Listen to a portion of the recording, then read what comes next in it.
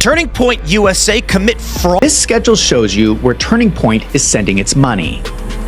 We see that a lot of money, $8,560,625, is being sent to America's Turning Point. They are sending it to their own shell company. Now, this is not necessarily illegal, except for the fact that the financial statement for the other organization is missing. There's lots of new developments in the Charlie Kirk case. The Charlie Kirk case has a whole bunch of financial irregularities. TPUSA, Charlie Kirk was calling for the Doge audit, the independent audit, the outside audit. 8 days later, he's dead after he replaces the guy who was pushing back on the outside audit. Scenario when somebody's murdered in broad daylight and they have $100 million organization behind them, it's common sense that you should check the people that work at that organization. That's the first people that you should begin to investigate. So we reject your naval intelligence psychological operation where you tell us that that's a weird thing to do, okay? It's always somebody close to you. If there's a financial motive, yeah. And I would say an organization of that size that misses their deadline, their tax deadline for the first time, that's a little... The moment those emails leaked, Erika Kirk went quiet. And people close to the story say that silence said everything. According to reports and insiders following the thread, a string of messages exposed transfers and routing that didn't match any known TPUSA project. And one line in particular kept popping up: large sums moving through an account labeled America's Turning Point. Sources allege roughly $8.5 million traced that way, and other reports claim the total missing reaches into the double digits. That's why, according to those same insiders, the IRS showed up fast, not because of speculation, but because records allegedly pointed to irregular routing and entities that look a lot like shell operations. Let's look at the one financial statement we do have for fiscal year 2024 for Turning Point USA. Schedule I shows grants and other assistance to organizations, governments, and individuals in the United States. This schedule shows you where Turning Point is sending its money. We see that a lot of money, $8,560,625, is being sent to America's Turning Point. They are sending it to their own shell company. Now, this is not necessarily illegal, except for the fact that the financial statement for the other organization is missing. We cannot see how this $8.6 million is being spent. This is very important because there are strange variances around this money.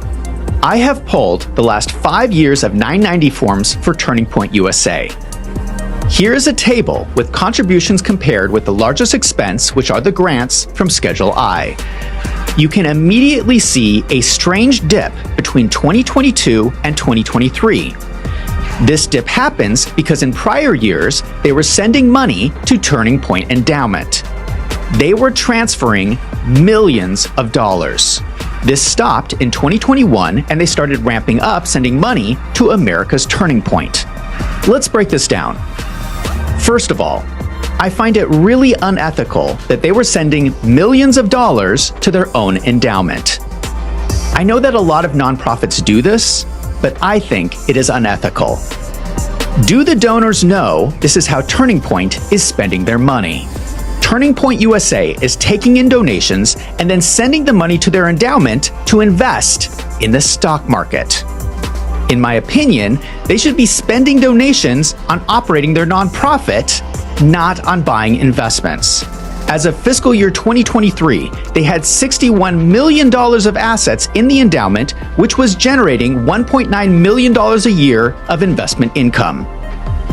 Personally, I think that's an unethical way to run a nonprofit, but that's just my opinion. But what is important here is what happened to the missing $8.6 million, the amount sent to America's Turning Point in fiscal year 2024. The amount of money sent to America's Turning Point was getting larger and larger, and because the financial statements are missing, we cannot tell how this money was spent. If we look at the prior year, the majority of the money was spent on other salaries and wages. How is this possible when America's Turning Point reports 0 employees? Does anyone else think that sounds a little suspicious? In my opinion, what I think is happening is I think there are fake people on the payroll. I think that paychecks are getting sent to people who do not really exist. And that would explain why we have a company with 0 employees with millions of dollars of salary expense. Yeah, that sounds highly suspicious to me, especially when you add in the fact that Charlie wanted to establish a Doge 7 days before he died. When you also add into the fact that they're all telling strange lies, when you also add in the fact that there is this weird psychological campaign to tell us not to look at Turning Point USA, or we're going to go to hell, essentially. They're like using a biblical passage to tell us why it's not moral. Do they think we are this soft and persuadable? Like, do we look like the kinds of people that are just gonna watch an assassination in broad daylight and just let it go because some influencers insist that we do? What followed felt rehearsed while staff behind the scenes scrambled to compare attachments and piece together timelines. Erika was on camera, smiling through interviews and presenting herself as TPUSA's steady hand. For many inside the organization, the contrast raised the biggest question. Was this a calculated move to protect an image, or a desperate pivot while the paper trail still existed? Erika Kirk came in as leader. I don't even know how to explain it. The vibe just shifted, like instantly. And then she starts bringing in all these new people, total unknowns. No social media, no LinkedIn, no nothing. It's like they just appeared. Everyone in the office is joking, well, half joking, that they're all spooks. And honestly, it fits. So people start digging around just to see who we're really working with, and it gets creepy fast. Her mom works for some Israeli defense firm, something to do with missile systems, like the Iron Dome level stuff. Her dad literally wrote the book about how to integrate private companies into the intelligence community.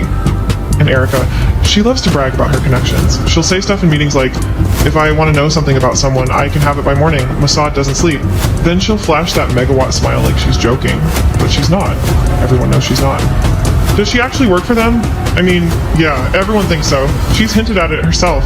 And now, the whole office feels wired, Slack channels are dead. People don't say what they're thinking anymore, everyone's paranoid, like the walls are listening.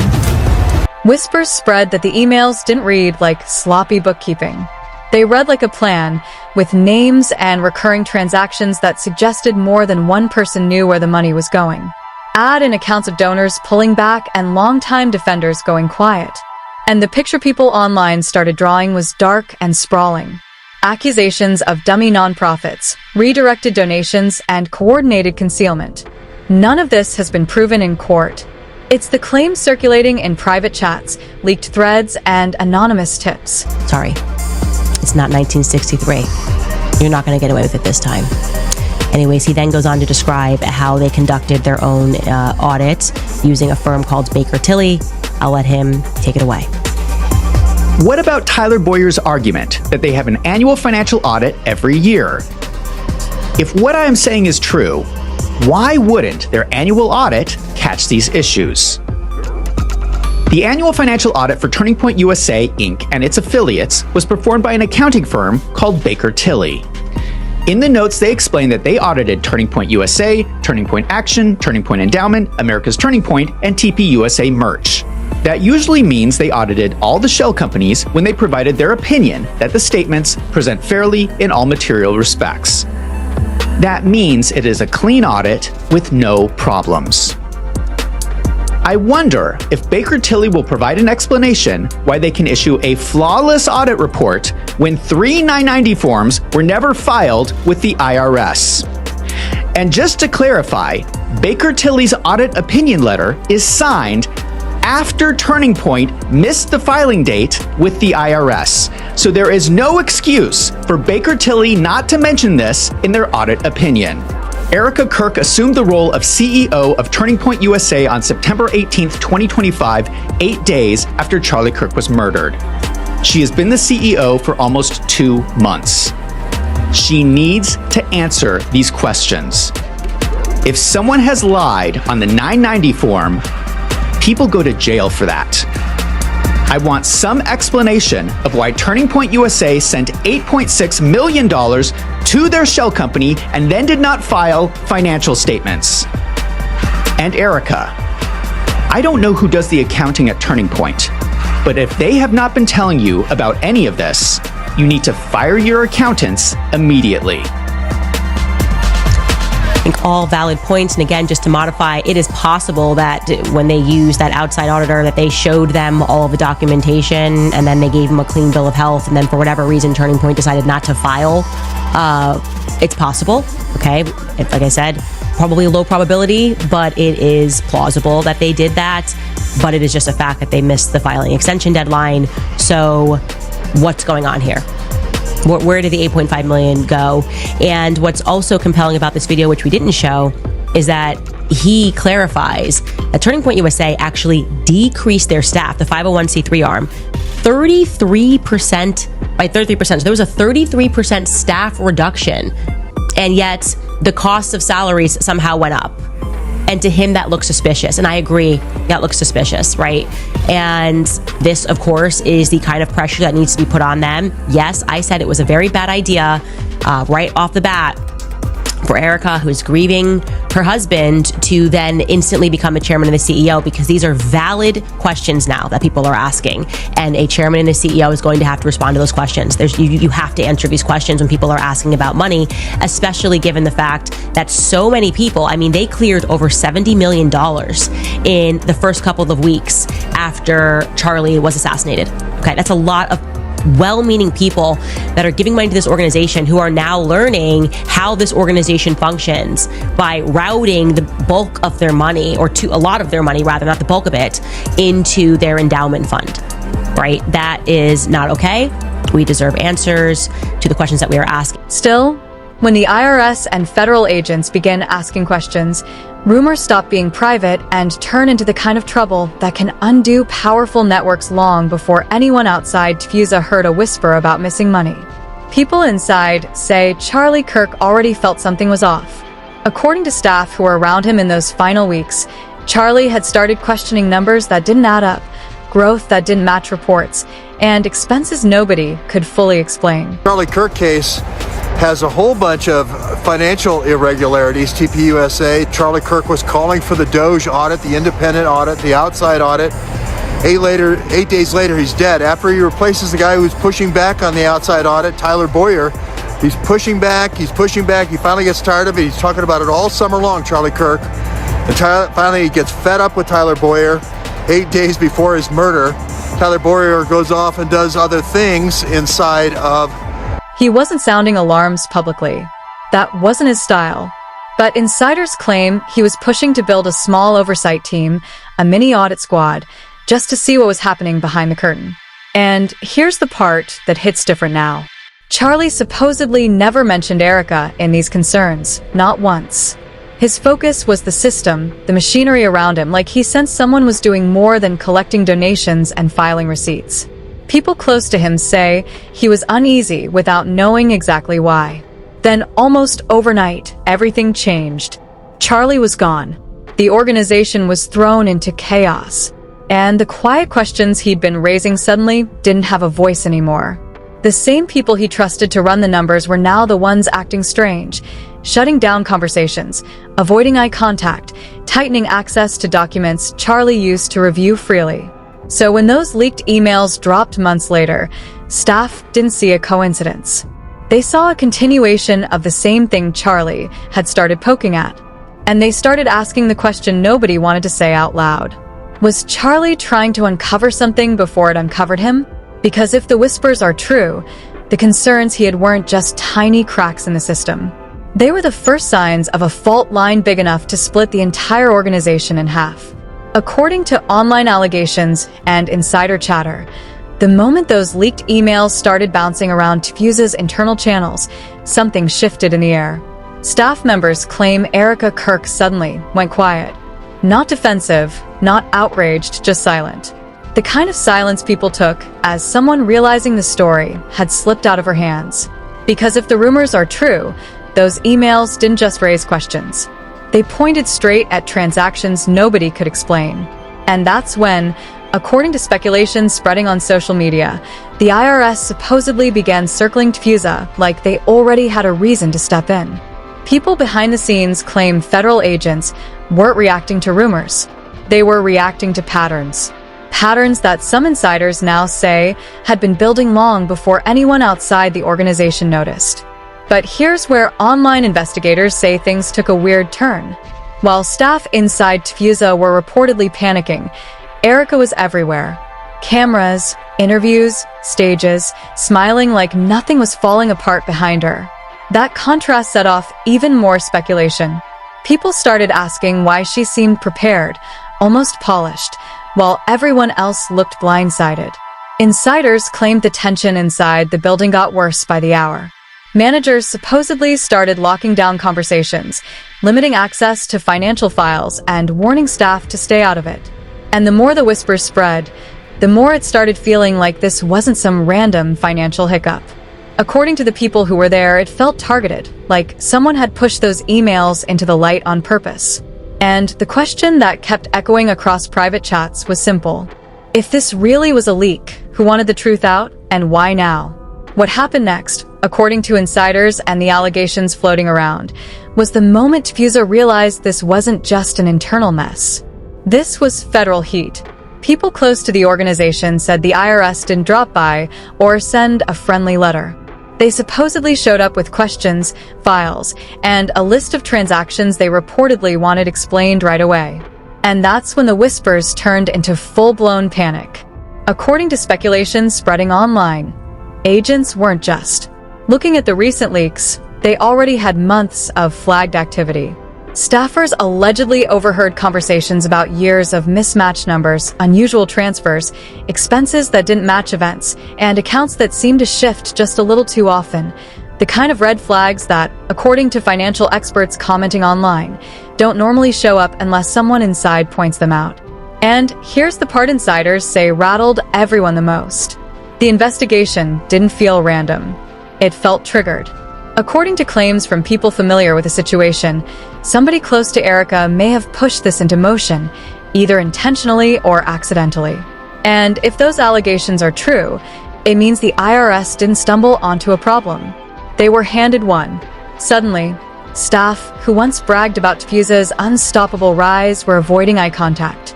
People who used to defend every inch of the organization were quietly distancing themselves. Donors allegedly stopped returning calls. Rooms that were always open were now locked. Because once the IRS shows interest, according to legal analysts online, they rarely show up without a reason, and they never leave without one. And that's when speculation started swirling about something even bigger. If the feds were circling this quickly, what exactly did they already know?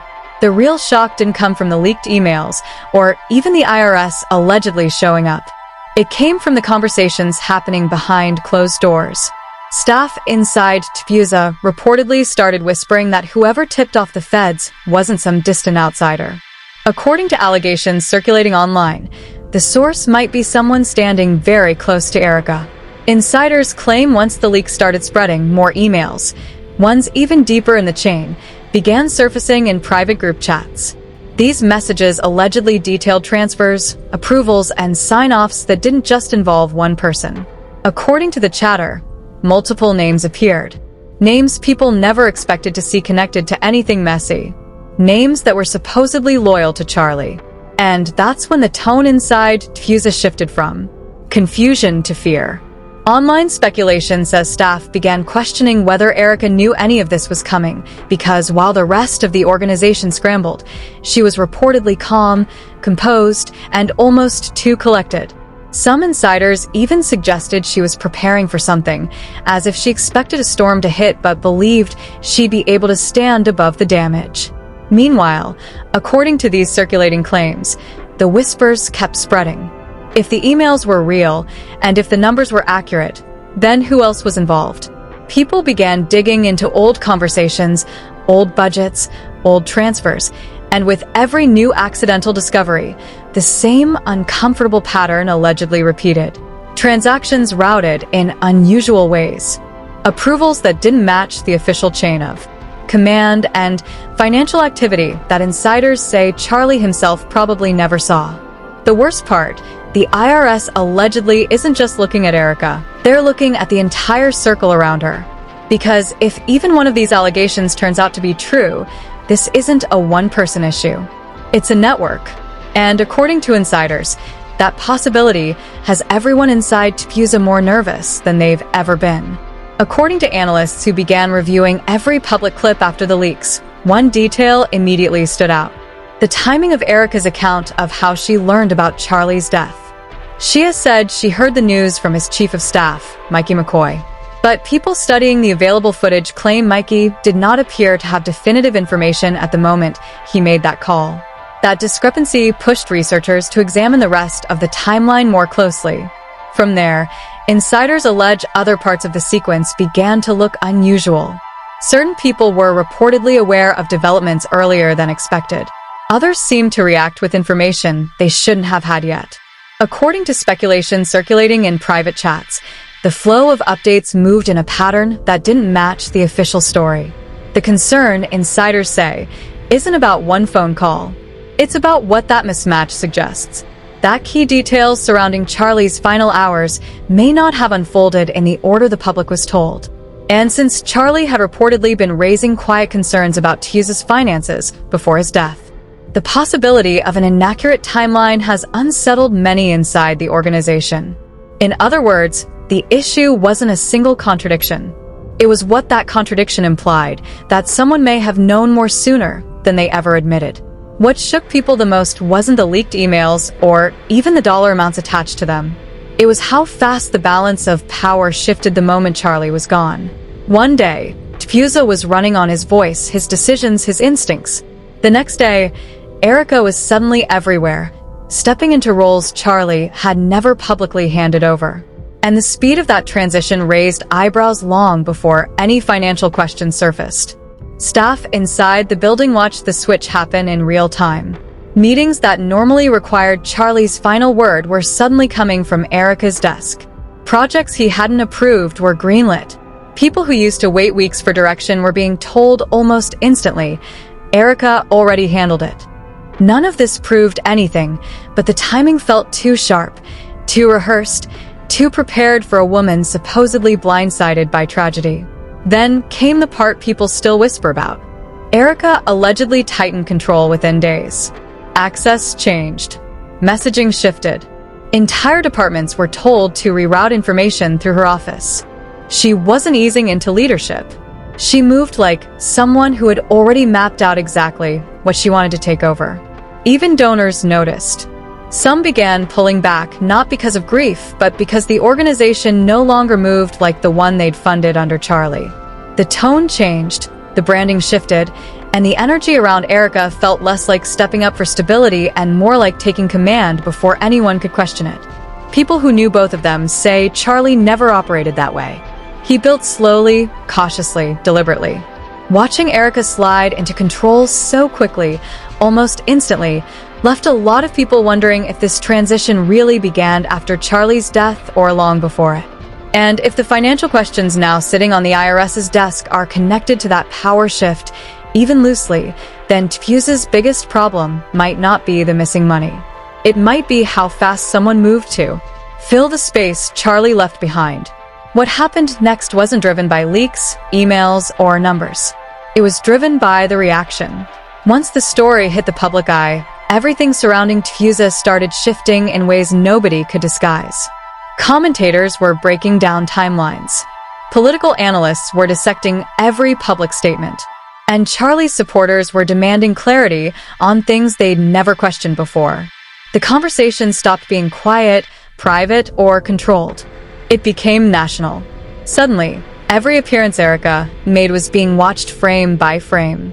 Every speech she delivered, every quote she repeated, every interview she stepped into became part of a much bigger discussion.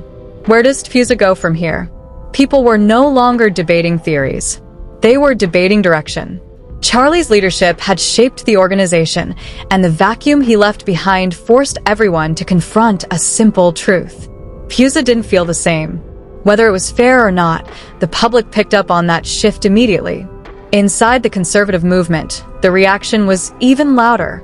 Some defended Erika completely. Others wanted answers.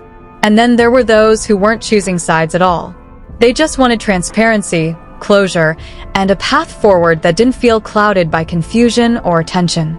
And that's the part nobody expected. The situation stopped being about one person and turned into a moment of reckoning for the entire organization. A moment where supporters, critics, donors, and observers all leaned in at once and asked the same question: what happens next? And who's strong enough to lead through it? Because whatever the truth is, whatever the investigations conclude, and whatever direction TPUSA decides to take, one thing is already clear.